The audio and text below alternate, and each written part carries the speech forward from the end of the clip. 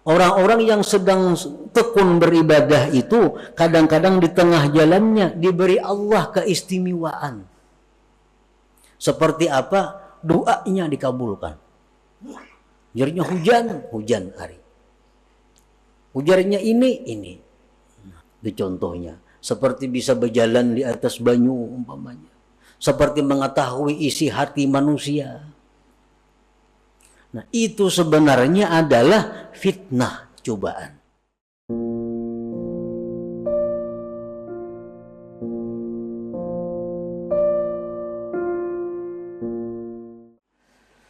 Ma'aradat himmatu salikin antakifa indama kushifa laha illa wanadathu hawatiful haqiqah alladhi tatlubu amamak wala tabarrajat lahu zawahirul mukawwanat illa wanadathu haqa'iquha innama nahnu fitnatum fala takfur.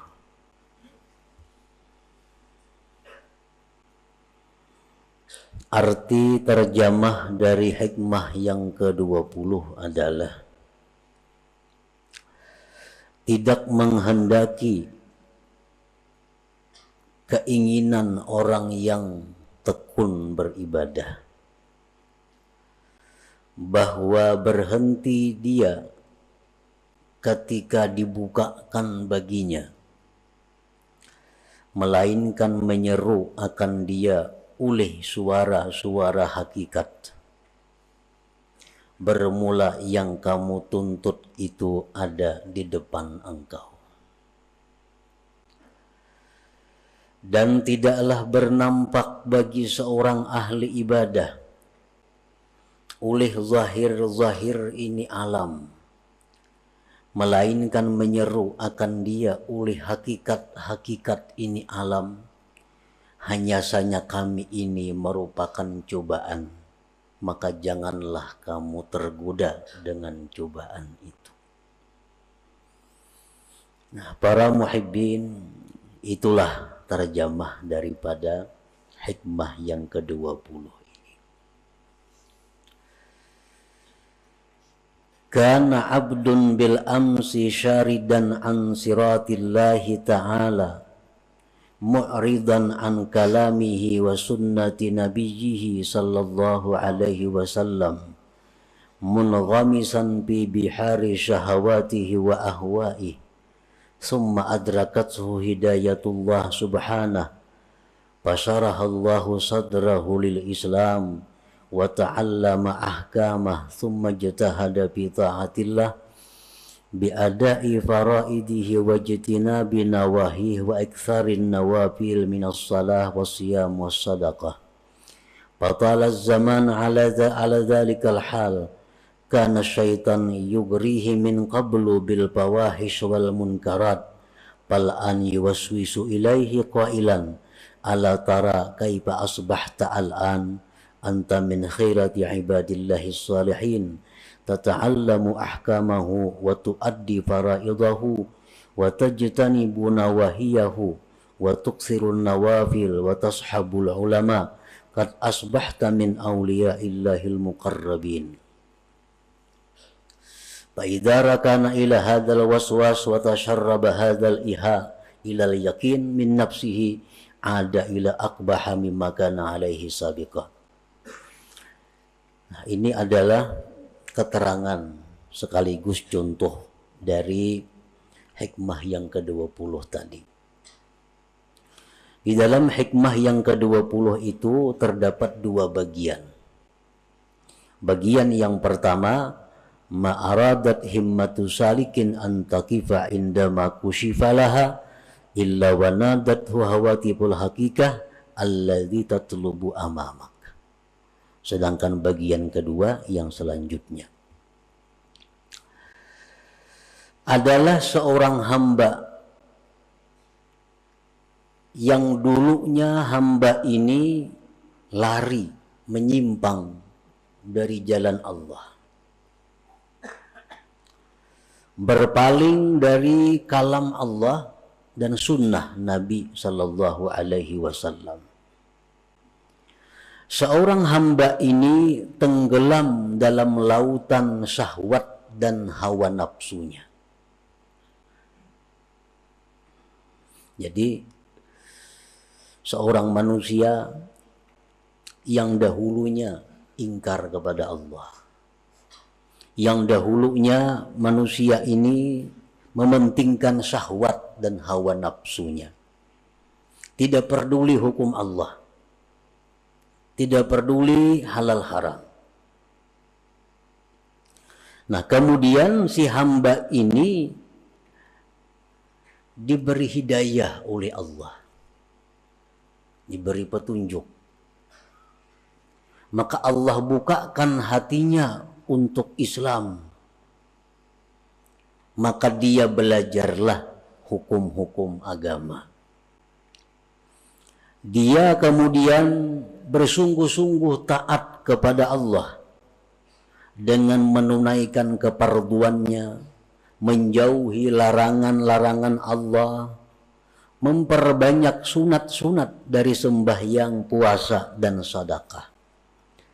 Dan lama masa yang demikian, artinya bertahun-tahun, berpuluh-puluh tahun, seorang hamba yang dulunya ingkar kepada Allah, kemudian dapat hidayah, akhirnya berbalik ke jalan Allah.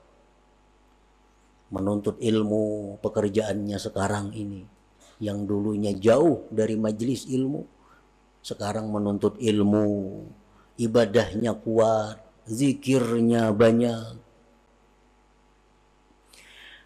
Adalah syaitan dahulunya menggoda ini hamba dengan kejahatan-kejahatan dan mungkar. Dahulunya si hamba ini kawan syaitan, diajak syaitan berbuat maksiat, mau. Diajak syaitan berbuat kejahatan, mau. Setelah dapat hidayah Allah, maka hamba ini telah berbalik menjadi hamba yang taat, tekun ibadahnya.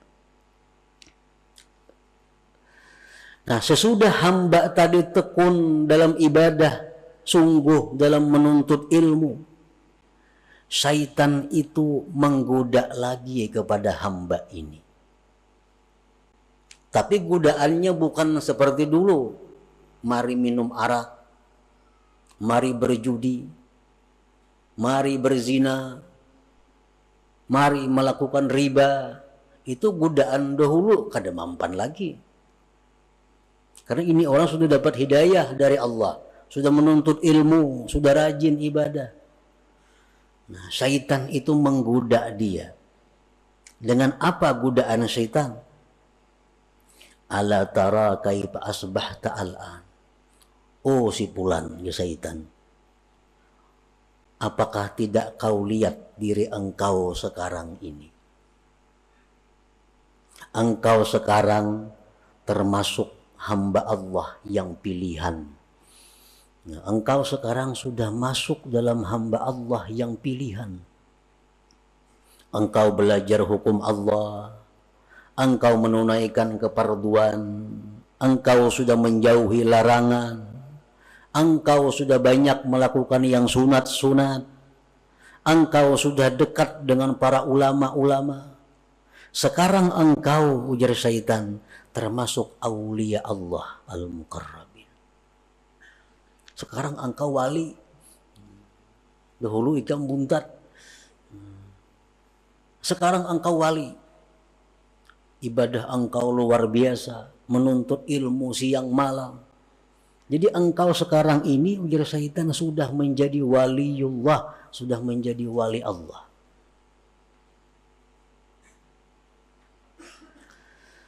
Nah, apabila si hamba ini setuju dengan bisikan syaitan itu,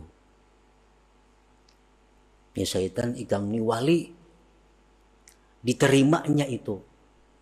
Oh, cocok aja aku wali, soalnya wah ini aku sudah belajar siang malam, zikir 10.000, salawat 10.000, cocok aja aku wali. Nah, wa tasharraba hadzal iha ilal yakin, dan masuk ini bisikan kepada yakin. Akhirnya dia yakin, wah aku ini bisa bujur-bujur wali.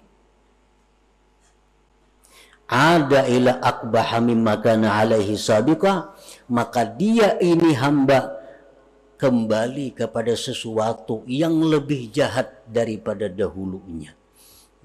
Lebih jahat daripada dahulunya. Di sisi Allah Subhanahu wa ta'ala tentunya. Nah, jadi artinya kalau kita dahulu banyak maksiat kepada Allah, dahulu kita ingkar dengan hukum Allah, sekarang dapat hidayah, menuntut ilmu, banyak zikir, banyak amal.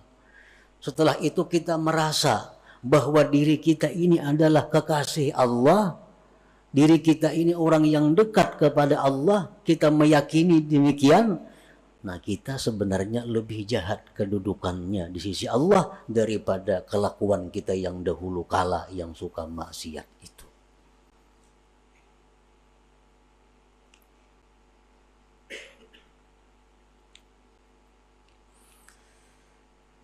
Itulah yang dikhawatirkan oleh Rasulullah Sallallahu Alaihi Wasallam. Dalam sebuah hadis beliau bersabda, "Lau lam tuznibu la khasyitu alaikum ma huwa akbaru min dzalik al-ujubu al-ujubu." Ujar Nabi, andai kata kalian itu tidak berbuat dosa sama sekali, aku sungguh takut kepada kalian akan jatuh dalam dosa yang lebih besar, yaitu dosa sifat ujub. Dosa sifat ujub tadi.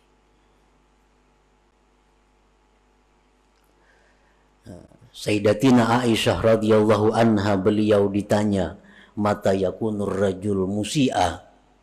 Qalat idza zanna annahu muhsin. Kapan seseorang itu dikatakan jahat di sisi Allah? Ujar Aisyah menjawab, bila mana dia sudah menyangka dirinya baik. Bila mana kita menyangka diri kita ini sudah baik, berarti kita orang yang jahat di sisi Allah Subhanahu wa ta'ala. Nah, ini keterangan daripada bagian yang pertama daripada hikmah yang ke-20 tadi. Nah, para muhibbin rahimakumullah. Jadi syaitan ini, ujar para ahli suluk, mengatakan selalu berusaha menggoda kita sampai kepada tahapan-tahapan yang ketujuh, baru syaitan itu berakhir menggoda kita. Sampai 7 tingkat keadaan-keadaan kita, syaitan selalu membisik kepada kita agar kita gugur, agar kita terjatuh ke dalam jurang yang hina. Nah, untuk menghindari, menjaga keselamatan dari godaan-godaan syaitan yang 7 tingkat itu, 3 hal yang kita perlukan. Pertama, ilmu. Ilmu yang pertama. Yang kedua, doa kepada Allah agar dipelihara. Yang ketiga, kawan yang baik. Nah, 3 macam itu kalau kita ingin selamat. Para muhibbin rahimakumullah. Apa yang 7 itu? Dalam tahapan pertama, syaitan itu mengajak kita dengan ajakan ukfur. Ukfur. Kafirlah engkau. Icam jaka kafir. Nyaman kada besembayangan, kada berpuasaan, kada berzakat, kada istilah perjinahan, kafir. Mungkin ajakan ini tidak ditujukan syaitan kepada kita, karena kita insya Allah kada mungkin hakun bakapir, ada bisikan nyuruh kafir bakapir lah, insya Allah kada. Tapi untuk orang-orang yang tertentu bisa terperdaya dengan ajakan ukfur ini. Nah, kalau syaitan itu mengajak kita kepada ukfur, kafirlah kamu kepada Allah, ilmu yang kita perlukan untuk mengatasi ini adalah firman Allah, wa ma liya la a'budul ladzi fatarani. tidak ada alasan wahai syaitan untuk tidak menyembah Tuhan yang menciptakan aku. Kalau engkau mengajak aku kepada kafir wahai syaitan, aku tidak ada alasan untuk tidak menyembah Tuhan yang menciptakan aku. Selamat kita. Kada hakun bakapir dibawai kafir kada mau. Lalu dalam tahapan yang kedua, syaitan mengajak kita, membisik kepada kita, la tuti' rabbak. La tuti' rabbak. Kalau ikam sudah Islam, ya syaitan, ikam kada perlu taat lawan Tuhan. Karena ikam sudah Islam, kada perlu taat kepada Tuhan. Kada perlu sembahyang, kada perlu puasa, kada perlu zikir. Karena orang Islam itu sudah selamat. Menghadapi ajakan ini, kita mesti ada ilmunya. Dengan ilmu bahwa wahai syaitan, aku kada kawa kada taat lawan Tuhan, kada kawa kada sembahyang, kada kawa kada beribadah, karena itu bekalku hari kiamat. Nah, hari kiamat tuh aku perlu bekal. Bukan hanya Islam bekalku, tapi sembahyang, puasa, zakat, sembahyang sunat ini. Artinya syaitan itu kada ada membisiki kita, pang, jangan sembahyang lah. Kada ada pembisikan itu. Cuman dalam hati kita nih ada, dalam diri kita ada muncul asa kada hendak sembahyang. Nah itu iya bisikan syaitan, jangan sembahyang nyernya. Membubungi jangan sembahyang tuh kada ada, bang.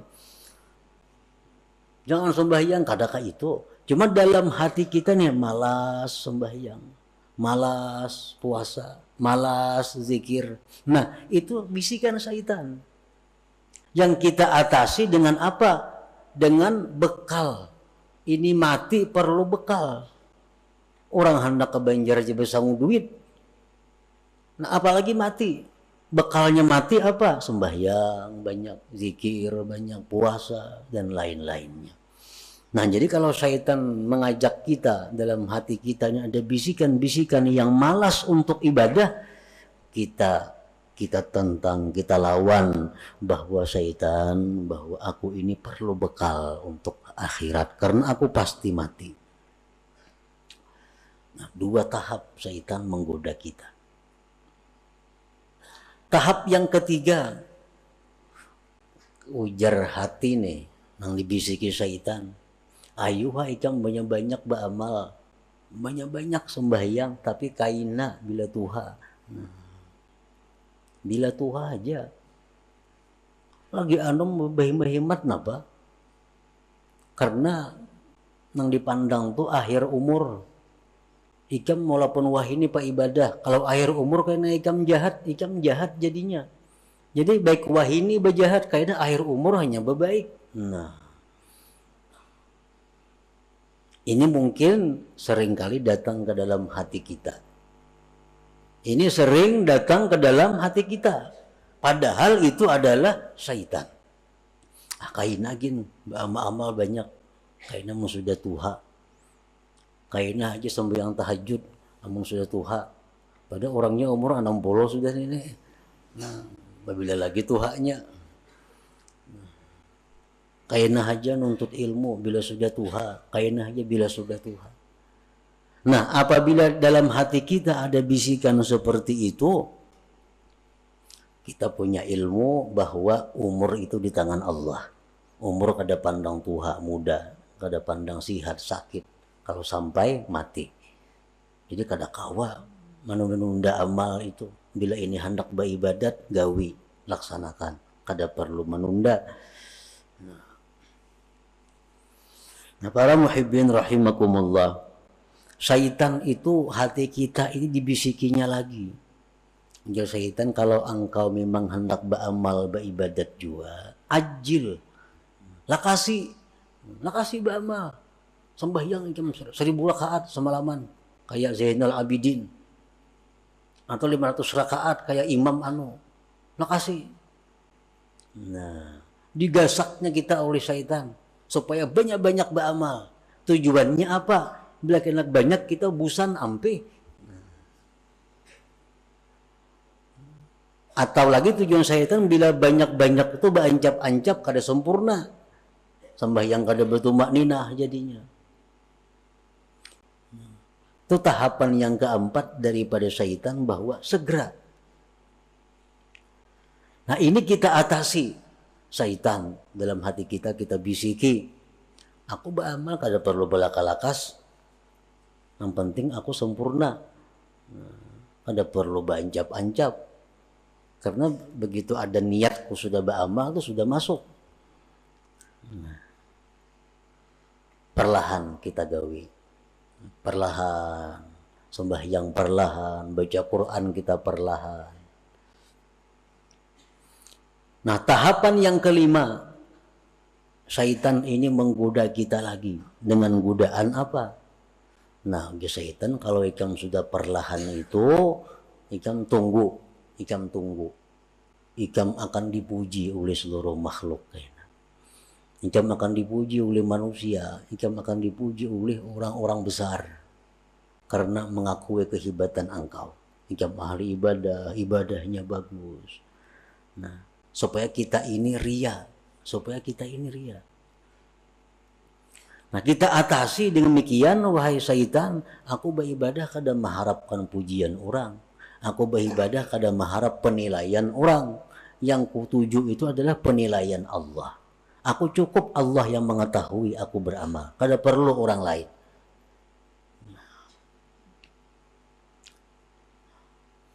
Terus kita beramal kepada Allah, beribadah. Nah, yang keenam ini. Ujar syaitan, kalau ikam itu beramal sudah mengharap Allah, sudah ikhlas, nah itu ngarannya ikam bujur-bujur wali. Nah, itu orang wali. Ini yang dimaksud dengan hikmah yang ke-20 ini. Ma'aradat himmatu salikin antakifa indama kushifalaha illa wanadatu hawatibul hakikah alla yutlubu amamaka. Nah sekarang engkau sudah wali di syaitan. Ikam beramal perlahan, teratur. Ikam mengharapkan sudah karena Allah. Ikam sekarang sudah waliullah. Nah bila kita ma'asisi itu, bila kita membujuri ampun syaitan yang mengatakan bahwa kita ini sudah wali, nah disitulah kita hancur. Nah, disitulah kita terjatuh lebih dalam daripada jurang yang dahulu kita berada.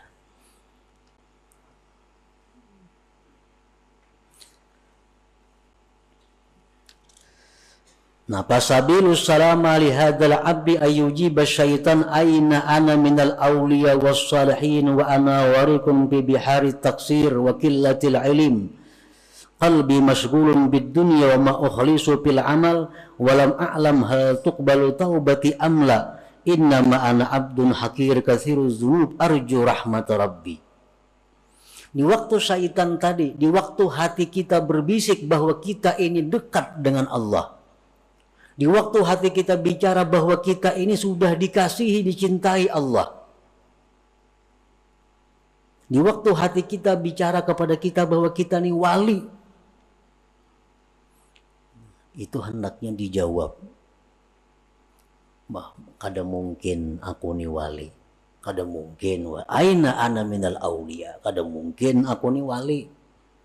Aku ini masih banyak kurang, ilmunya kurang, hatiku masih banyak kepikiran dunia, amal ibadahku belum tentu ikhlas, dosa-dosaku dahulu belum tentu diampuni Allah, tubat-tubatku belum tentu diterima. Aku ini adalah hamba yang hina, yang banyak dosa, yang mengharapkan rahmat Tuhan. Nah ini yang jawabannya kalau timbul bisikan di hati kita. Itu yang dimaksud dengan wanadathu hawatibul hakikah alla yadlubu amamaka. Aku ini masih banyak dosa. Walaupun aku beribadat, walaupun aku baca Quran, tapi dosa-dosaku dulu belum tentu diampuni Allah. Tobat belum bisa diterima, belum tentu diterima. Nah bila kita mampu menentang yang demikian tadi dengan perasaan-perasaan bahwa kita masih hina, kita masih banyak dosa, kita masih jauh dari Allah, berarti kita berhasil, berarti kita selamat. Siti Aisyah tadi dikata, kapan seseorang itu dikatakan jahat di sisi Allah? Bila mana dia menganggap dirinya sudah baik. Kapan seseorang yang baik di sisi Allah? Bila mana dia masih menyangka dirinya jahat. Bila mana dia menyangka dirinya masih jahat, dirinya masih banyak dosa, dirinya masih hina, itulah yang baik di sisi Allah Subhanahu wa ta'ala. Nah, para muhibbin rahimakumullah. Jadi yang keenam, tingkatannya ujub ini. Dan bisikan-bisikan itu pasti ada di dalam hati kita. Yang ketujuh, itu datang lagi dalam hati kita. Sudah bagus, sudah 6 langkah syaitan menggoda kawa diatasi. Yang ketujuh, syaitan artinya bisikan hati kita. Bisikan hati kita ini berbicara, apa bahimahimat ba'amal, amun aku ni sudah takdir ke surga, pasti ke surga mati. Amun aku takdir ke neraka, pasti ke neraka. Nah, apa gunanya aku bahimahimat nih? Nah, ini sudah ketuhukan ba'amal, sudah kebanyakan kitab yang dipelajari, sudah kebanyakan guru yang didengari, timbul pikiran itu. Nah, apa aku bahimahimat beribadah? Amun aku takdir ke neraka, ya ke neraka juga mati. Amun aku takdirnya ke surga, walaupun aku maksiat, pasti ke surga juga mati. Nah, ini ada dalam hati seseorang hamba Allah. Bisikan seperti itu, walaupun kada semua orang, tapi ada dalam hati. Nah, bila demikian ada, kita jawab bahwa aku hidup mati bukan untuk surga neraka. Hidupku matiku untuk Allah. Inna salati wa nusuki wa mahyaya wa mamati lillah rabbil alamin. Pokoknya aku beribadah kepada Allah. Urusan ke neraka ke surga itu urusan Allah. Nah, bila kawa demikian, kita sudah berhasil melalui 7 tingkatan daripada godaan-godaan syaitan tadi. Nah, para muhibbin rahimakumullah, bagian yang kedua daripada hikmah yang ke-20 ini adalah as-saliku bi asna'i sulukihi kat tazharu lahu anwa'ul khawarik kastijabatid du'a wa iqbalil khalqi wa tawsi'ah fid dunya wal masyi 'alal ma wal ittila' ala asrarin nas fa idza rakana ila hadhihi wa lam yaj'alha fitnah ihtajaba 'anillah subhanahu wa ta'ala. Seorang yang ahli ibadah itu di tengah-tengah perjalanannya kadang-kadang ada timbul hal-hal yang menyalahi adat. Orang-orang yang sedang tekun beribadah itu kadang-kadang di tengah jalannya diberi Allah keistimewaan. Seperti apa? Doanya dikabulkan. Ujarnya hujan hari. Ujarnya ini. Di contohnya, seperti bisa berjalan di atas banyu umpamanya. Seperti mengetahui isi hati manusia.